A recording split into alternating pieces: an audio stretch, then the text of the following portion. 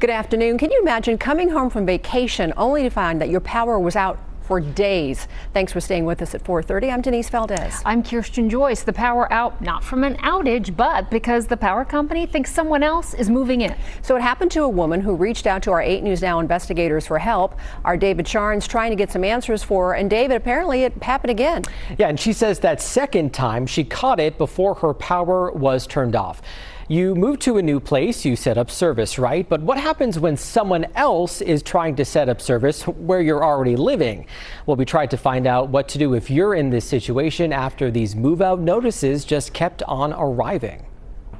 At 1 o'clock in the morning, flipped on the switch over here, no power. It was a shock, you could say, for LaShawna Butler when she returned home from vacation in October, finding her apartment had no power. Pretty much all this stuff here had to be replaced. She says she lost about $400 worth of food and soon learned that outage wasn't her fault. Their response to that was someone called and said that they were moving in. I'm like, but you never talked to me. Oh, we sent you a letter.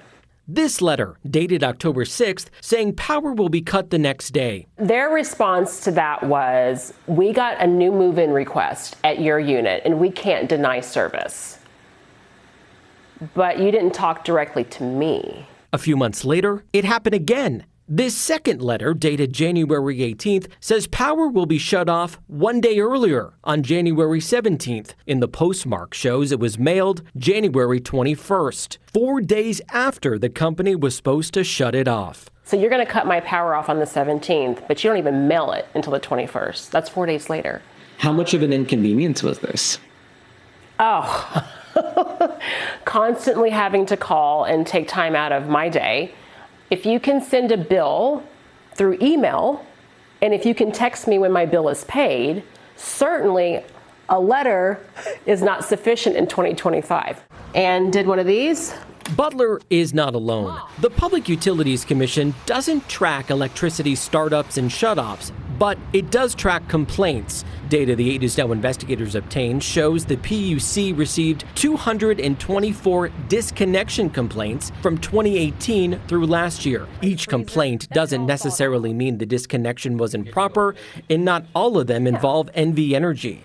I want change to be implemented on how they contact their current customers and how they let them know, hey, I just want to reach out to you, Ms. Butler. Did you happen to vacate your address? That's all it takes. And if I don't answer the phone call, leave a voicemail. I guarantee you, if you call me and say your power is going to be shut off in 3 days, I'm calling you.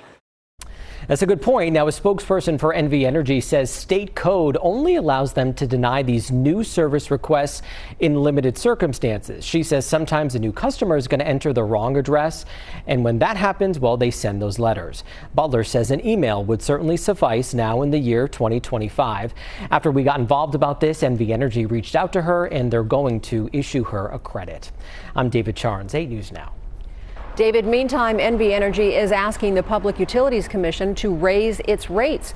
The power company blaming last year's heat wave. Now, the rates could increase almost 10%. The PUC will make its decision in September, and should it be approved, those changes wouldn't start until the following month in October. Now, company leadership says customers, though, in the meantime, should actually expect their bills this year to be less because of investments they've made to infrastructure.